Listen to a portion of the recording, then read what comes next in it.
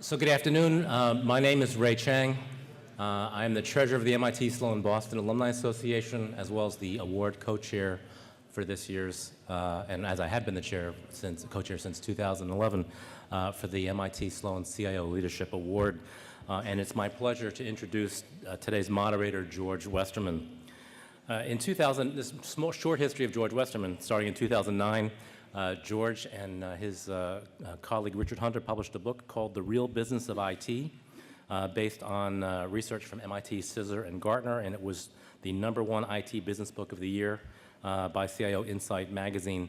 And the year following George, we recruited George to be a judge of the CIO Leadership Awards. So in 2011, I was co-chair of the award, and we unanimously decided to adopt George's book as the guiding principles for the award. We got George to join us as co-chair in 2013. In 2014, George wrote another book, Leading Digital. He co-authored, and in 2015, the winner had purchased a number of those books, gave them to his staff to read, and we credit that with that person winning in 2015. Oh, and then, by the way, George has his PhD from that school down the street, and we tease him about it every year, but we forgive him every year. So, George Westerman. Thanks, Ray. And thank you all. We had some transition times, so we're starting this panel a little bit late. But thank you for understanding as you made the transition over. We still have plenty of good conversation to have in this panel. My job here is to say one sentence and to get out of the way and let the finalists really be the ones that shine here. So I'll ask a few questions, but it's really about their stories. The one sentence I want to say is this. When we used to do this, when we started this symposium, being a great CIO was a lot about managing IT well. And what's becoming very clear every year that happens, and especially every year with this award, is managing IT well is just the table stakes now. That if you manage IT well, you're okay. But the real answer is to manage IT well so you get the chance to change the way the business works. And our finalists show that in spades, just amazing opportunities on what you can do to change your business once you've got the credibility and the capabilities to make this happen. So I figured I'd just ask a question for each person, and then we'll just throw out some more questions for others as we go about it. Mike, why don't we start from your end, okay? So Mike, you know, you're in the agriculture space. You do some really interesting stuff with crop sensing, improving the way that farmers can get a better yield, meter by meter. How did you make all this stuff happen? So I joined Land O'Lakes about 8 years ago, and like many of you, I believe, you know, when you think of Land O'Lakes, what do you think about? You know, you think about butter. And so when I first, you know, went for my job interview, I'm like, you know, what can I bring to a dairy farm? And the reality is Land O'Lakes is more than that. We own Purina Mills. We're one of the largest manufacturers of animal feed in the country under the Purina brand. And we own a company called Winfield United, and we're the largest distributor of crop inputs to America's farmers. We touch about half of America's farmland. That's over 100 million acres across the United States every year. And really, as part of my interview 8 years ago is when I met a gentleman who became one of my bosses, named Mike Vandelot, who was the chief operating officer of this division. And his vision was that you know, we made our money, and we were a distribution company, and we went out there every day and sold product, and that information technology was going to radically transform agriculture. You fast forward 7 years, and now today, we have systems that can analyze 40 years of satellite imagery of every field in America, process it, analyze what the best seed is, and beam it down to a tractor in less than 15 seconds. That tractor will then drive itself, plant it, and if you want, we'll send robots out in the next 5 years to spray it. And so it was really based upon a combined vision that I worked with that business president on 8 years ago now. And we said that IT was going to change agriculture, and now I think we're at the third revolution of modern agriculture. First was the introduction of the tractor. Second was the introduction of biotechnology in the 70s. And now the infusion of information technology is just radically changing the way farmers work. And because we're a cooperative, we are owned by those farmers, we do it in a little bit different way. We do it to help them produce more in the most sustainable way possible. And so that's a very big altruistic goal. It gives us a true north point on how we develop this technology and how we use it not only to benefit our corporation, but to benefit those farmers every day who own us. So, okay, so you said, wave 1, wave 2, wave 3. What's wave 4? Wave 4, well, AI is coming, and quite frankly, we continue to work on the economic and risk side of the equation. We believe we've come a long way in helping farmers grow more while using less inputs, but we still have a long way to go to help them reduce the risk. The risk that a farmer takes on is enormous. If you think about the risk on his loan, on his land, the weather risk he takes on, and then the commodities risk on the other side. Farmers have been stressed the last few years due to low commodity pricings, and you're going to see a lot of challenged farmers both this year and in the next couple of years based on commodity pricing. When you take that to developing nations, which I'm sure some of my counterparts will talk better about, it's life or death situations. And so to the extent that we can help farmers reduce that risk and provide an income stream that's a little bit more predictable for their families and their operations, I think that's truly the end goal. We'll be using AI, ML, every technology under the sun to help do that. Thank you, thank you. So now let's go ahead and think about the rest of the world now. Atefeh, really interesting stuff you've done. For me, it seems just a little bit outrageous that you would think so far beyond your IT department to think about these ideas of blue helmets and also changing the world with technology. Where do you get off thinking this way? And what are tell people some of the cool things that you're doing. Thank you so much. So first of all, it's a pleasure to be here and sharing this panel with my wonderful panelists. And my father is a philosopher, and I always say that the right side of my brain doesn't work, only the left side works. Where in his case, his right side of the brain worked a lot. And when I think about complex business issues or social issues, I'm always reminded of him trying to teach me about Kafka and Camus and Sartre, and that philosophical kind of way of looking at technical issues. So, because I bring it up because I think as technologists, we often talk about technology. We talk about hardware and software and tools, and we have this paradox because the world of technology has gone beyond it being an it. It's really the experience of it. The experience of it on the consumer, the experience on the organization, and in my case at the UN, it's the experience and the impact of it on societies, it's on the future of human beings, it's about life, it's about how technology can mitigate as it aggravates. So we are in a position, the mandate of the UN is peace and security, human rights, rule of law, development. And when you look at that and you look at the impact of technology on our ability to deliver on our mandates during crisis, and how incredible that impact is, and how if we use technology the right way on the delivery of our missions in our peacekeeping or in our development work, how much more impactful that would be. How much more impactful would it be for us to know a month early if we're going to have an Ebola breakout in Congo? How much more impactful would it be if we can make sure we have access to health and education in all of our camps immediately when we have crisis? So that's critical, and I think there is so much technology can do to make and address the social issues. But then at the same time, you have the unintended consequences, which again, as UN, we are confronted with. We look at peace and security, and I always talk about the cyber wars, and where is UN when the cyber wars start, or they have started? How do we protect human life? How do we find out who made the attacks? How do we build resiliency within member states? How do you stop radicalization of women online through social media and young boys? These are my problems. This is an area where I'm looked at to help address those issues. So you mentioned the digital blue helmets. We can only solve these big issues, these big social issues, through, in my view, engaging all of you.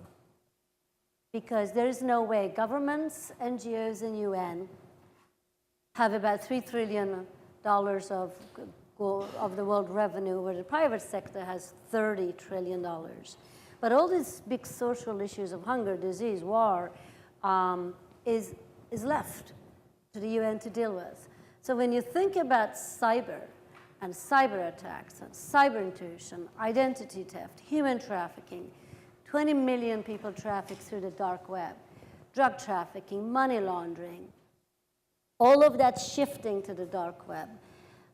So what we've thought about is, how do we create this entity which doesn't belong to the UN, it belongs to everyone, called the Digital Blue Helmets, who come and to help work in the dark web, try to monitor, track, mitigate, help member states with building resiliency on their industrial systems, and how do they reach out to the world at large to engage volunteers to come in and to address those issues. So I think it is, it's my role as a head of technology for the UN to think about the social issues as you guys in the private sector think about those business issues and how to use technology to address them. And that's where we are. So, there it goes. So as I understand it, though, when you started this job, your job was to fix the SAP implementation. So when did your role expand, and how did you expand that? You know what? I've deployed ERPs 4 or 5 times in my career. And I said this, I think, to the panel. Every time after we as CIOs deploy an ERP, we are the incarnation of Satan.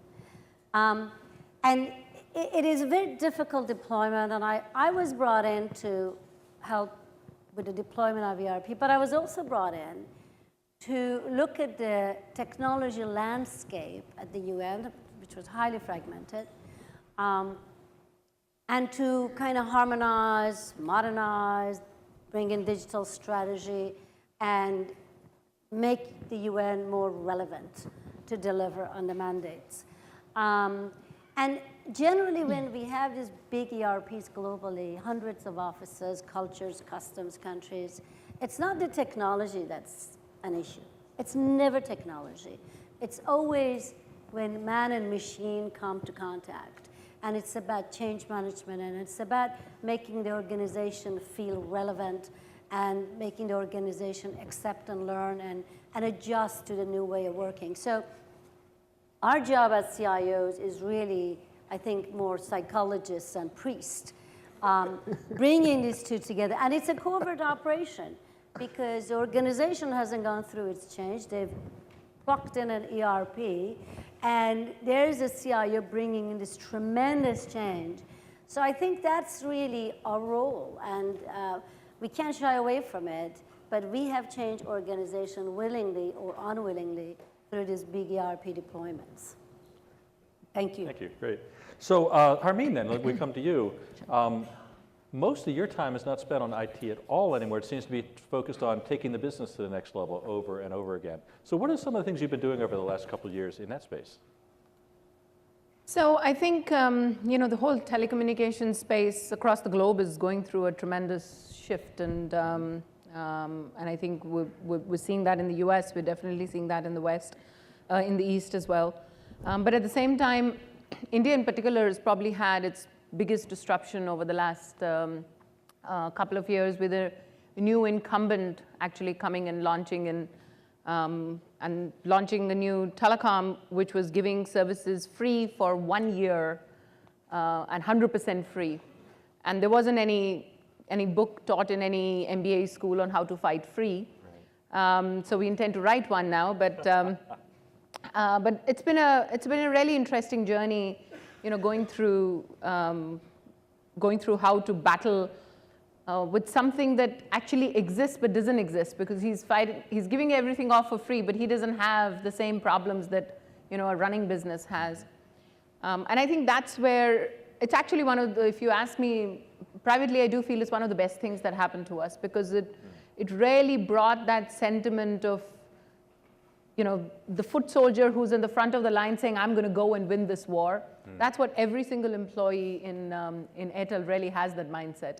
And it really drove us to think very innovatively, do different things, think about new business models, new revenue models, different ways of doing the same thing. I think very often innovation is misconstrued by saying innovation is doing different things.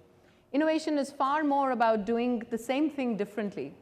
And I think that's what we've really discovered and imbibed as we went along this journey. And it's been, from looking at every single line, and we're a quad play player, so we have fixed line and broadband and wireless and also TV. And when we started this journey, I remember, in fact, I was just telling somebody, I remember when I hired the first digital guy in the organization, and within 2 days, he was outside my office saying, I seem to be the only one of my kind here. Are more there to come? So, and from there to, more than half of the organization is now just focused on digital innovation and disruption. It's been a tremendous journey. But the biggest thing has been the change in the mindset and how well, the business and engineering is really partnering together. And it's the real success of that is when the business guy is actually knocking on your door in the morning saying, I've got a business problem. This is my problem. Now come and sit with me and tell me how can we solve it. I mean, it changes the dialogue completely. And I think that is the biggest shift I've seen. In the last couple of years, the conversation is very, very different. It is actually less about just saying, get this done. And it's much more about saying, OK, this is my problem. What can we do different? How can we do different? And I think the embracing of how engineering can really empower, not only change the business, but create new business models has been tremendous. We actually, a couple of years ago, we launched a music app. And it was launched because we were on a long-haul flight actually coming to the US between me and my business partner. And on the flight, we were sitting together and listening to music. And both of us are frantic about music. And we were just exchanging what he likes, what I liked. And we thought, oh, we should have a music app. We said, oh, yeah, it'll be great fun. And we thought we were doing it for ourselves. And 2 years later, it's the biggest music app in the country. Wow. And then we said, OK, now let's create a TV business. So we started a TV app. And it's now one of the largest TV apps in the country. So, and I think when you are living in a country of 1 billion people, it's just, if you can't scale it, you're not going to survive. So I think that's the real thing that the business also struggles with. And that's where technology is always tested to the hilt. And for me, unlike, I talk to so many of my peers and other colleagues around the West, and they're saying, oh, we're going to do this experiment. For me, the problem is the experiment so quickly becomes a norm and the fad. And it's immediately into millions and millions of consumers. That the scale itself is what really gets the business excited, because they actually cannot run their business today without the power of technology, and massively because of the scale. Well, that leads actually to a really important question. I hear these things you're doing are really cool, but a lot of the CIOs I talk to say, yeah, it's great for them. I would never get away with even suggesting that, right? They would say, that's not your job. How do you know about my business? So as you think about that, what does it mean? How do I say this? How do you get to the point where you can pitch these ideas and get people to listen to you? What advice would you have for CIOs on that? Anybody? Yeah. I think, first of all, you kill a good idea, whether it comes from a business or it comes from the CIO, I think should be immaterial. But you kill a good idea the moment you don't voice it. It's dead. So unless you voice it, there is zero chance of it ever getting implemented. If you voice it, at least there's a 50% chance. So, that itself, that's pretty good the chance. odds, exactly. The odds are always in your favor, the way I look at it. And second, I would say is I think that question itself really surprises me, because I can't believe that in 2018, there would be a business leader and CEO of any company that would exist today that cannot believe in the power of tech and what it can do for his business. And if that does exist, well, God bless you, and maybe you should be looking for a different organization. So I've got a book on this, by the way, on how you do this. It's a great book. It's worth thinking about. But one of the things we do, so yes, I believe that CEOs should think that way. The Yeah, but I'm question saying is, it's just, do they though? He should just allow for it to happen. I mean, but the initiative, see, one thing I always feel is, as technologists, we are so used to being told, you know, because that's how I started my career as well. The business would come and say, hey, you know, can we do this? Can you please get this done? And changing that dialogue to the business coming and saying, I've got a problem, you tell me what to do. It's a very different conversation. But because we probably started a little bit in the back of the room, we always think that somebody else, the business has to come and put us on the map. I fundamentally disagree with that. I think if you don't have the courage to put yourself on the map, nobody in the world can actually put you on the map. So if you've got an idea, you've got to voice it out. And if it's not heard, maybe it wasn't as good as an idea, or maybe it's not the right time. Second time you have an idea, voice it out again. And if it is happening too often, then like I said, you know, there are plenty of opportunities in the world for a technologist. It's a great field to be in at the moment. So you're saying don't wait to be asked. Go Yes, out and pitch exactly. these things. Now, when you pitch them, though, you got to think about, you know, the questions, how do I speak business language? And you three all clearly speak, you could be CEOs or you could be CIOs, it doesn't matter. You speak this business language. So for somebody who's trying to learn how to do this, what do you think, what does it mean to speak the business language? Either of you, yeah. Yeah, so maybe I take that. I think there's, what's happening is as CIOs, some of us CIOs are very comfortable being in the space of email and servers and hosting and all of that, very comfortable. And the burden does kind of lay on us to reach out and understand. And I would say most of us do understand. I've talked to a lot of my colleagues, and I think the CIOs, IT professionals, excellent project managers, they understand technology, they understand where the business is going. I think we have an identity gap. There's a gap, right? And this gap has to get filled. And it is getting filled, not by us. It's getting filled by somebody else that comes in and says, I'm going to create your digital agenda. Because for some reason, we're not filling it. And it comes to, I think traditionally, we come from the space of creating systems and automation modernization for administrative part of our business. And that has moved, we've moved off of that. And we traditionally, again, I'm an engineer, and I kind of, we live in this quadrant, I call it the expert quadrants. We're always an expert. But when you think about the political and the power quadrant in the organization, you have many other dimensions of creating influence into the organization. And we always rely on our expert and expertise to create influence. And I think if we begin to broaden and think about influence and work in other quadrants, I think we'll be playing more of a partner. And lastly, I think it's the way we look at power. Most organizations are political organizations. Power is not centralized, it's distributed. Different entities have power and they have different interests. And the chairman says, do this. Most entities have whole different perspectives.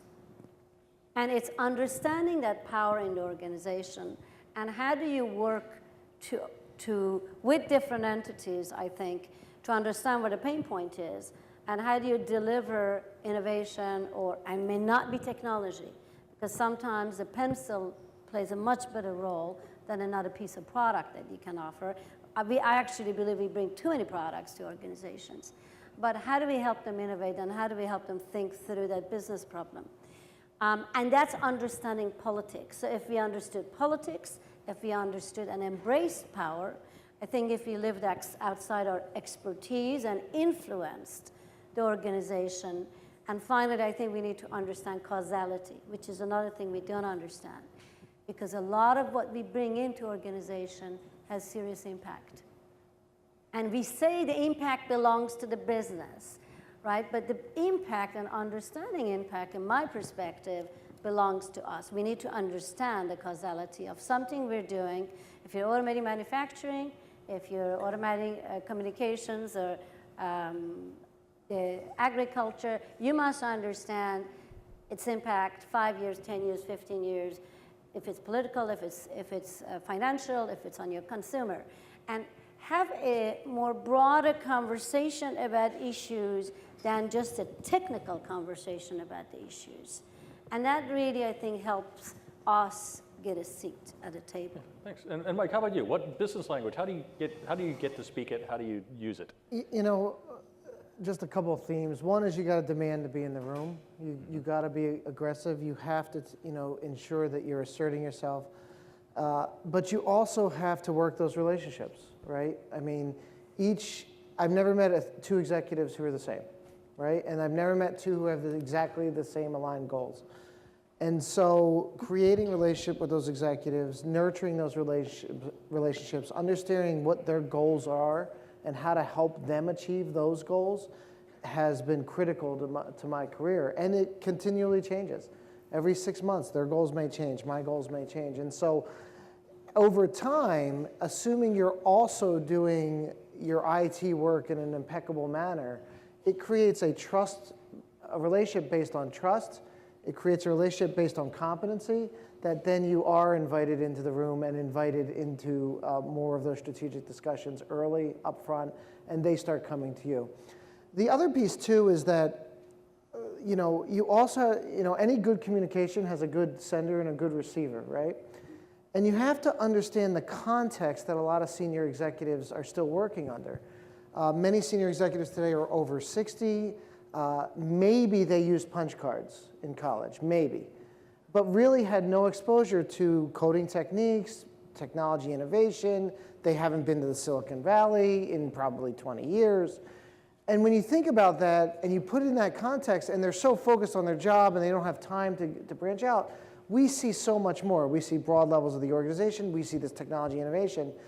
And you just have to have some patience too. I can't tell you how many of those conversations I've had where we present something, we think this is gonna like change the company, change the world, and they're like, yeah, I don't need one of those right now.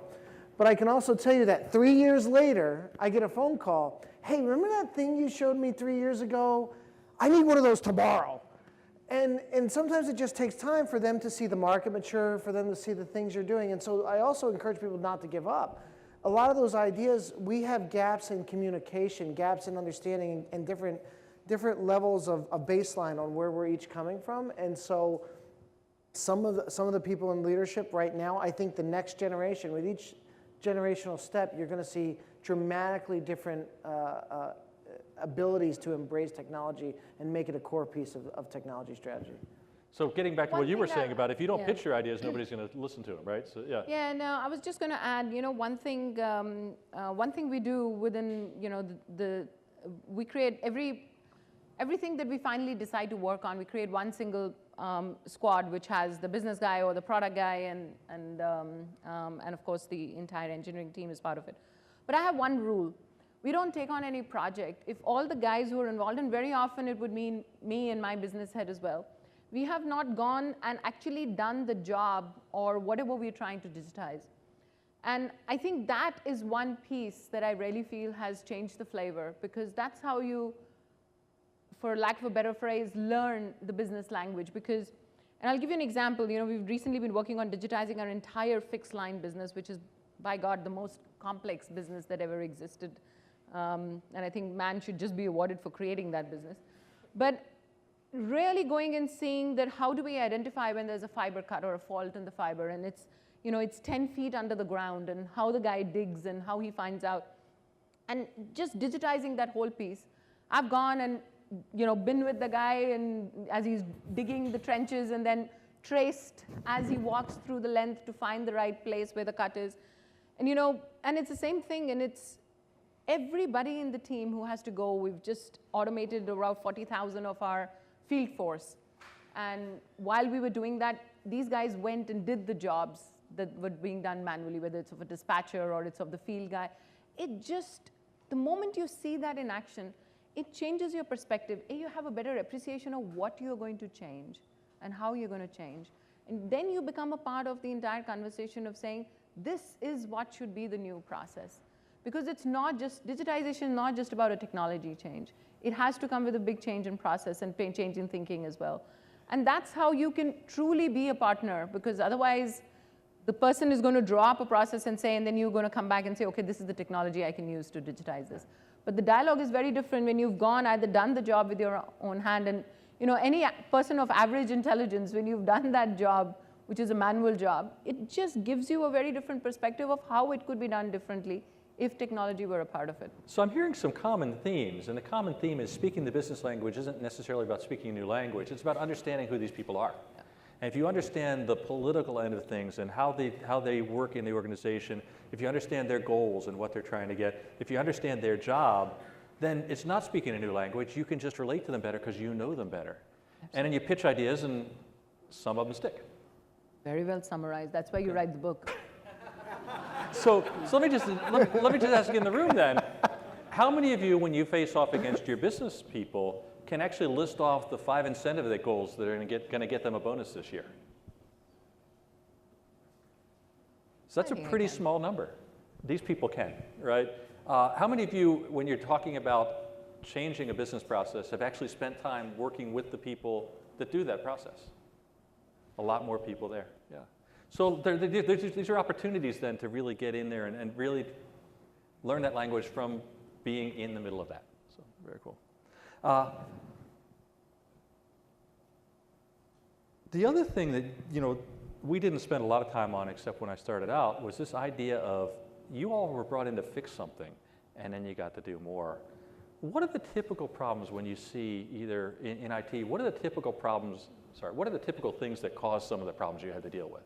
Whether it's projects not going in, whether it was being over on cost, whatever. Do you see kind of what dysfunctions are in organizations that make that happen? Anybody? I can take that. So I don't know if it is dysfunction. I think organizations grow up differently. Some grew up through mergers and acquisitions. Some grew up organically. We become a global world, and you've got different cultures, and you have different interests, and you have different targets.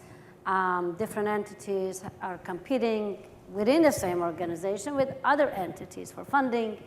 So you have this organizational culture which is in competition constantly. And then they are told to work together to build products that they may give them a competitive edge, really. So how do you do that? That is not easy in an organization which is highly fragmented from a business perspective, and your job as a CIO is to bring in a technology which is cohesive and is harmonized, and they can share data. I mean, the biggest black eye for us, I think, around knowledge management and CRM was no one wanted to share the knowledge. And we can bring in the best product out there, but if people have reluctance in sharing knowledge, then it doesn't work. So it was looked at as a failure when it came out because of that reluctance. Or CRM, if you don't have customer relationship attitude, how many more CRMs can you put in an organization across the lines? So I think the biggest issue I've confronted is that the vision may be consistent at this level, but it is very different at different business line. And they're highly fragmented. And the CIO is often brought in, and so they build their own products, and they build their own systems, and they hold their own content. And at the same time, the previous CIO perception is that the guy or the gal didn't deliver. And probably they tried to deploy an ERP. And so I think that's really the issue that I've seen when I've entered. And the technology isn't moving at an exponential level. I mean, if you look at the last 20 years, this growth is like this, but our organizational structure, customs, societies, politics, financials, all of these move at a much slower rate. So now you have this gap, and they figure, oh, the CIO can fix it. And you come in, and your problem isn't, again, technical. Your problem is organizational. And we have great sophistications as IT people when it comes to innovation and technology. I think we have lesser sophistication in understanding that gap, that the problem we're trying to fix is not technical, but it is how do we bring the organization to kind of accept and use technology the right way. And that's why we come in. Great. And other thoughts on this? I just say that I agree with everything she just said, but I also see one common problem across businesses, across industries, and that's there's a historical view that technology is a cost to be minimized as SG&A. And if your role is centered completely under a CFO whose entire goal in life is to reduce cost and watch the bottom line because all the business guys are watching the top line, it is a fundamental problem for you to innovate. You can almost assure very little innovation, very little revenue generation, very little new product development. And I think that's an organizational structural issue that has to be discussed, worked on. Now, that's not to say that every CFO is the same, and there are innovative CFOs as well. But if you are in a business that is focused on managing technology as just an SG&A cost to be minimized, you see the follow-on for that. People who don't take risk, not enough investment in new technology, not enough investment in maintaining your technology, which then causes things to break and causes that gap to just widen over and over. So by moving some of that control over the spending back into the P&L leadership, back into the CEO's office, back into the strategic leadership, you get a nice balance. And I can't tell you how many times I've been asked to come help things, and the fundamental problem is there's just not enough money being spent, or the value hasn't been articulated, or it hasn't been embraced by the organization. And a lot of that has to do with some of the structures that have been historically in process with technology. So you said something good, which is, some CFOs are going to be that way. Other CFOs, though, can actually be the best friend. Absolutely. Especially if you're driving operational efficiencies and the CFO swings the big baseball bat, so you don't have to, right? You kind of put words in their mouth. But this idea, it's interesting. And if I could just say it a different way, you kind of put it from what the organization expects of you. I see a lot of CIOs actually, by what they say, they put themselves in a box. And so the minute you say, I am an organizational cost, what you're really saying is, please cut me. Yeah. And We so are you our really own worst careful what enemies, you for say. sure. Yeah. We are our own worst enemies, for sure. So cool. But I think this is where, one of the things that, me and my team started doing is when we're driving, and I was giving you the example where we took out 50% of the cost over to our wireline business, that was a target that was there with the CEO of the wireline business. It was also my target. So, and that's what makes the organization look at you differently, because now you're an enabler to drive down that cost. And you will, actually I made a lot of investments in technology to be able to, drive down that cost, but it wasn't seen as an investment. It was seen as saying, this is absolutely worth doing because this is going to come down crashing. So, but yes, for that you have to go and put yourself out there, because if it doesn't happen, then it's also on my back, because it is one of my objectives. Cool. So that, we talk about business cases, and you certainly are all selling these stories. But you said, unless we actually delivered, we'd get there. How do you go back and close these business cases and check out whether what you promised actually gets done?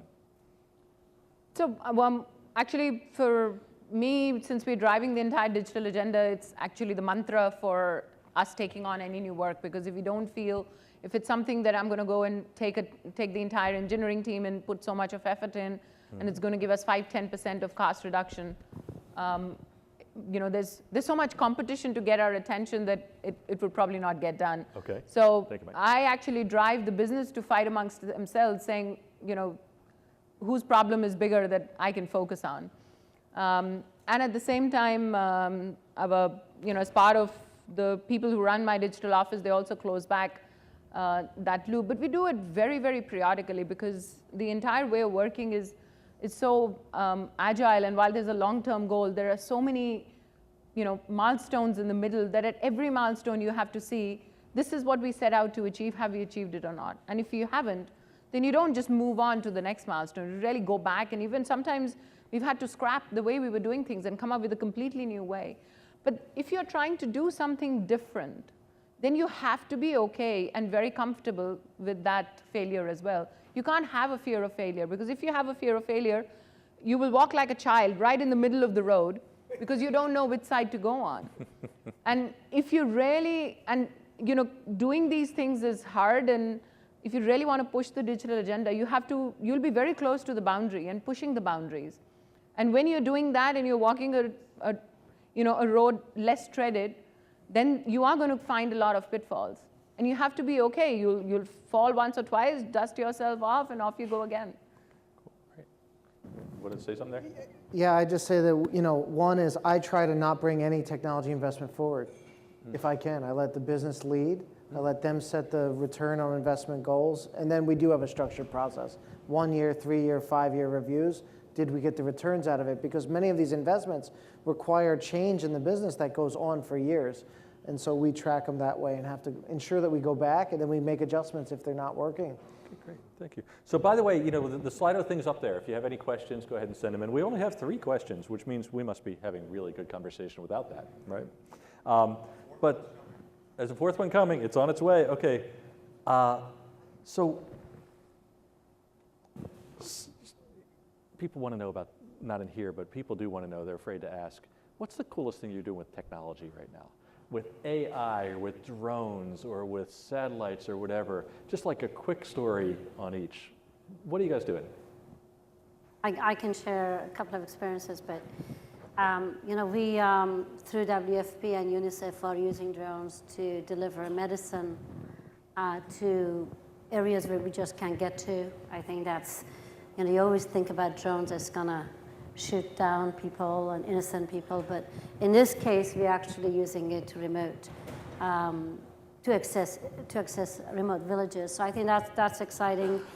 We're looking at some technology around human trafficking, and also we're looking at using blockchain around radicalization of women, around identity for refugees. So I think there's so many areas that are really exciting about using technology, and we're excited about either to kind of mitigate or to just kind of support delivery of our mandates.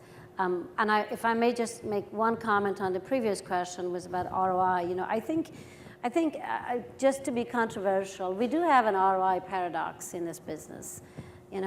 Every IT investment should have an ROI, which is kind of defined in financial terms. I don't necessarily agree with that. I think that there's so much technology out there that the value is long-term, the value is competitiveness, the value is not so much financial, and I think we keep getting pigeonholed to define that there's investments. I mean, what's the value of Columbus discovering America? Can you define that for me? I think we have to change the conversation. It's not always about financial value. It's about being alive. It's about being competitive. It's about delivering service. I just think if we don't change that conversation, we're going to continue to get stuck here. We're trying to show ROI. IT is no longer making organizations efficient. It's making them grow. And that's a different conversation because ROI comes in, okay, I'm going to cut processes and you can take people out, and it's all about growth. Wouldn't growth count for ROI because you're gaining on the top side instead? It's growth, it's value to the customer, it's being alive. Yeah. I mean, there's just so much that we can put in the, but it is, and some of it around innovation, it's tough to know. It's tough to know what's the value of internet. You're right, sometimes it takes 20 years. It's not 3 years, sometimes it takes longer. I think that's just conversation has to be changed about immediately in 3 years, what can you get for me? So what's the right mix then of things where you say, there's a return we're gonna measure, and things where you say, this is just a bet because it's the right thing to do. If you had a portfolio, what would the right mix be? Would it be 70-30, 90-10, what would it be? I think we have in this country reduced our investment in research. A lot of what you do in research is not so much gut feel, but you invest in research with 50% rate of failure sometimes, right? So, and how do you define that?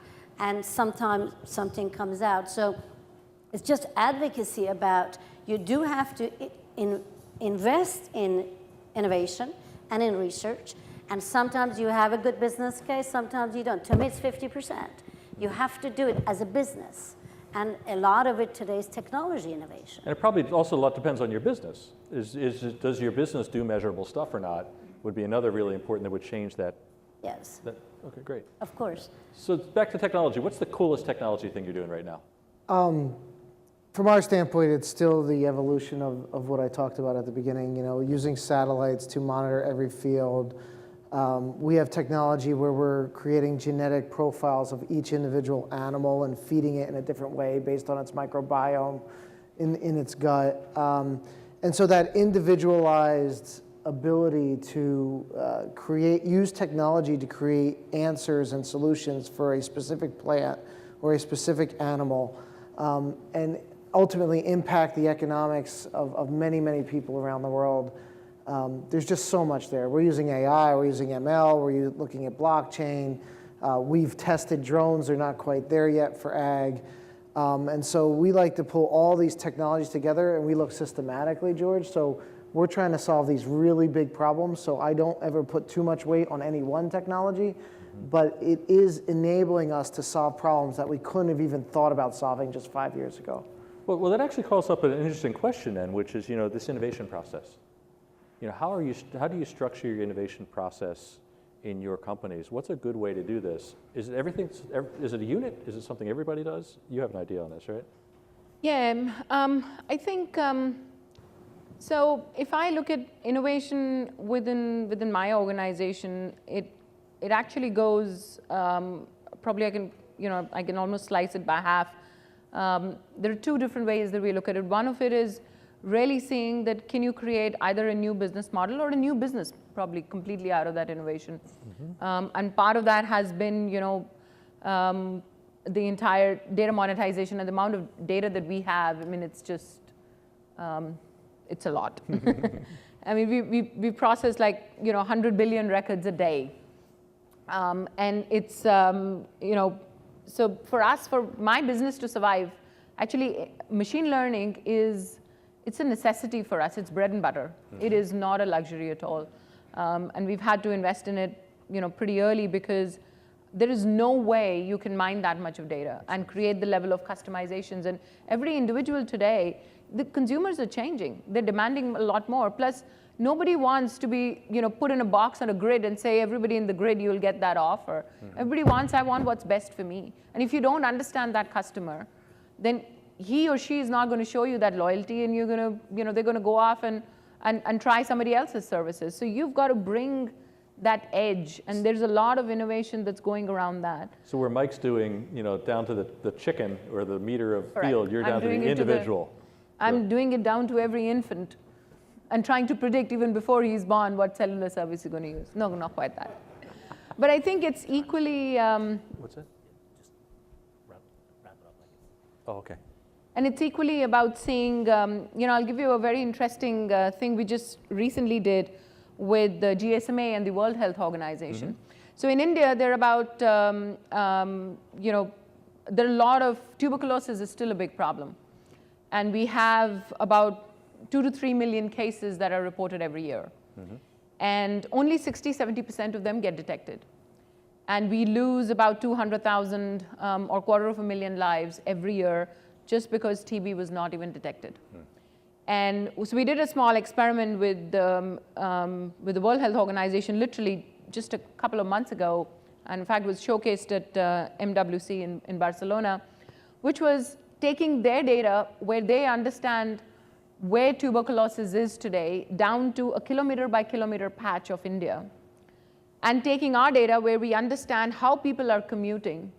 We were actually able to predict that how people living in high TB areas, which areas they were commuting to, because they were working in other areas, so they could actually be carriers without even knowing that they were carriers.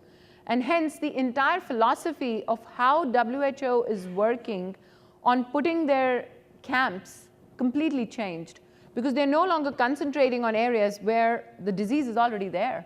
We're able to predict, saying, the number of cases is about to rise because there's a new plant that's come up, and there's a new manufacturing unit being put there, and a lot of people from this part of that village are now working there, and they could be all carriers. So it sounds to me like you should link in with the CIOs Without Borders that Atefeh is doing, that it's going to be tremendous opportunities to work on that stuff together. There definitely could be. That idea that a phone company is helping to improve health is really interesting. The idea that the UN is actually not just talking, but changing the world is really interesting. So it's very cool stuff. So Ray just gave me the hook and said we need to finish this up. So I want to go for one question that came up out of here, which I think is actually really wonderful. We've been talking about CIOs and what very senior people can do here. But there are a few CIOs and there are a lot of IT people in the world. So if you had to just say one good habit that you could suggest for somebody who's just getting started in the IT world, what would it be? One good habit for the new folks as they enter IT and start moving up. So I can start. I mean, for me, I'm a hardcore technologist, and I would say it's don't lose your edge on technology. The world of generalization is dead. It is a world of specialization. So if you really want to be somebody and do, breadth is, at least in my organization, I never felt that breadth is what gives you growth. It's your subject matter expertise. So be damn good at whatever you choose to do, but go really deep. So develop a real good depth in the topic, and don't be a generalist, be a specialist. And as you grow, you can find another specialty, but be Yes, you really good can. at something. Yes, and I think, even the technology is reinventing itself every day. You have to reinvent yourself as well. Otherwise, the world's going to pass you by. And I see that with a lot of, my other colleagues as well. Those who've kept up with technology have gone places. Those who haven't, that's where the question comes that, are you just a CIO or are you a business partner? And I think before we even get there, but for somebody starting out, you should absolutely concentrate on creating a lot of depth, specialism, and expertise. Great, thank you. Atefeh, what about you? What's the one really great habit for the new people? I think it comes to responsible innovation. You think about the issues we're confronted today. You think about single combustion engine, right? Whomever created it never realized that we're going to have big environmental issues today. So innovation doesn't come. I want to finish with what Francis Bacon said. He said that man's pursuit of knowledge was his ultimate goal to overcome the power over nature that he had lost at the fall. And power over nature doesn't come without responsibility. So as technologists, as innovators, as IT professionals, we innovate, we have to innovate, but we must understand the implications of our innovation over 20, 30, 40, 50 years on the environment and on human life. And that's one thing I would tell them, because the future we're creating is unknown. And they must understand not only technology, they must understand the implications of what we do, both good and bad. Thank you. And Mike, you get the last word here. Yeah, I would just say that if you're developing a career here, don't give up on your creativity, imagination, and passion. It's so critical. Like everybody, you'll run into so many roadblocks and walls and people who tell you that it can't be done or it's never been done before. And those are exactly the type of people I need to help solve these problems, because the new technology enables it to be solved. And so I just say don't give up on that. Working in any company, you always have your challenges, but any sufficiently advanced technology is indistinguishable from magic. And Arthur Clarke said that. And so I like to tell my team that we're everyday magicians, and we just have to explain it to the rest of the team. Great. Well, so I want to thank you for sharing your insights here. I think you can understand why Ray and Irving and I and Lindsay love being part of this process so much, because we learn so much from talking to people like you every year. It makes us so proud to be able to help you share your stories. And I just want to thank you for joining in the competition, being part of this with us. Thank you very much. Thanks for having us.